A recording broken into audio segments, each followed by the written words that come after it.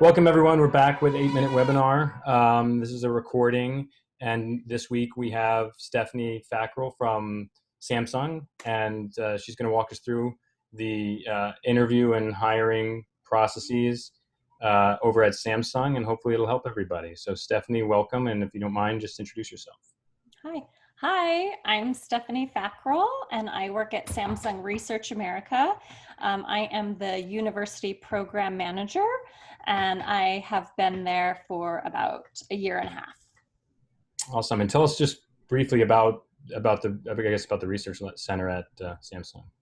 Yeah, so Samsung Research America is broken up into 10 different labs, and they do research and innovation on several different things, from robotics, natural language processing, machine learning.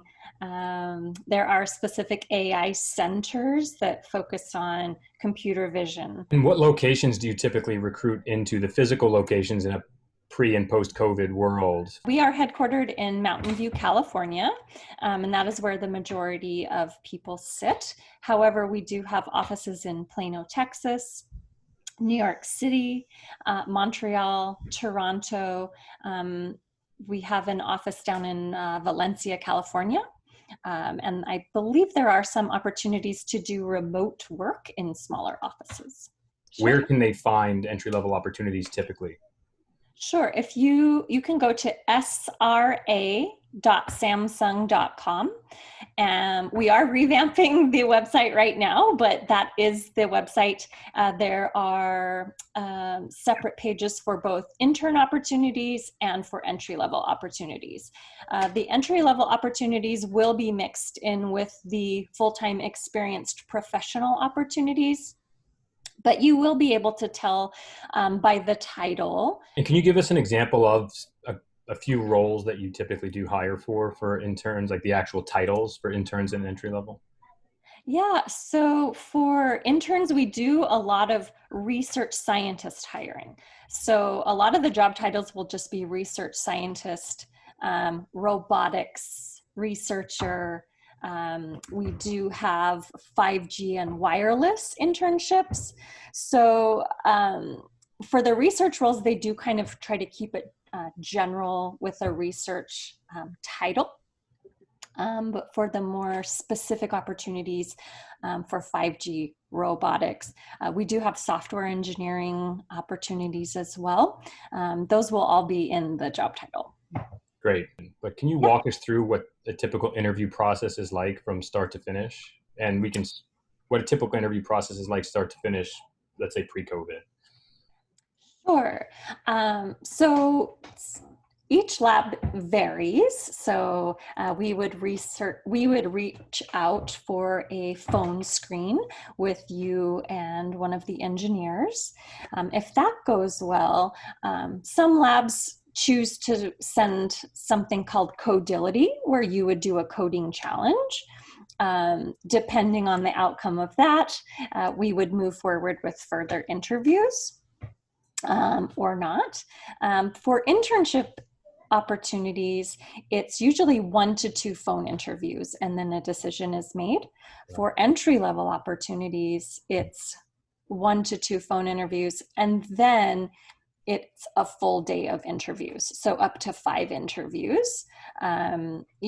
With interviewing multiple candidates, each team interviews multiple candidates, we try to have the decisions within a couple of weeks, just to be fair to each candidate and not drag things out. And are the on-location interviews, do they happen across your many different offices?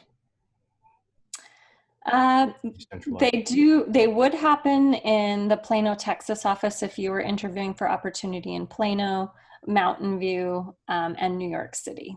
Okay. Yes. When you're reviewing resumes, typically what's the first thing you look for on a resume? So for the first thing we're looking for on resumes is definitely, if the role is for a robotics researcher, we are looking to see that you have those skills and expertise. And then we really dig down into past internships, publications, any conferences that you may have gone to. So it really depends on the specifics of the job that the manager's looking for, as embedded in your resume. Is GPA important? You know, I have worked at companies where GPA is very important, and I don't understand why.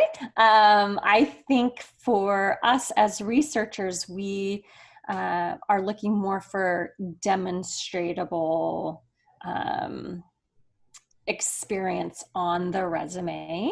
A bad GPA can be explained away. Sometimes people have a bad semester, and unfortunately, it crashes their GPA, which should be no reflection on the potential of the student. How can a candidate stand out with respect to their resume?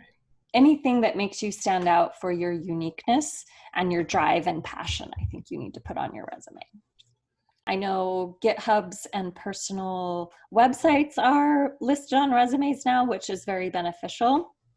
But, if you have done internships in the past, you should have the most meaty portion of those internships in there. If you have publications, if you've created projects on your own, if you have anything entrepreneurial, I would add that to your resume because that does help you stand out. Do you read the objectives? Obviously when you're applying for a job, the objective is to get the job that you're applying for. I would say more important than objective is to be targeted in the jobs you're applying for. So instead of applying for 10 jobs that you think you might want, narrow that down to 3 or 4 jobs as a target. Because I think when you cast a wide net, sometimes it throws the recruiter off, not really knowing what you're really interested in. How about cover letters? I think that really depends. Again, I work with engineers and researchers. So if you're going into finance, marketing, sales, I think a cover letter is beneficial because that's more of the business side of things. But I don't think for engineering or research that you need to have a cover letter. What advice would you have pertaining to preparation? I mean, what should they wear? We do provide tips and tricks on what to prepare for.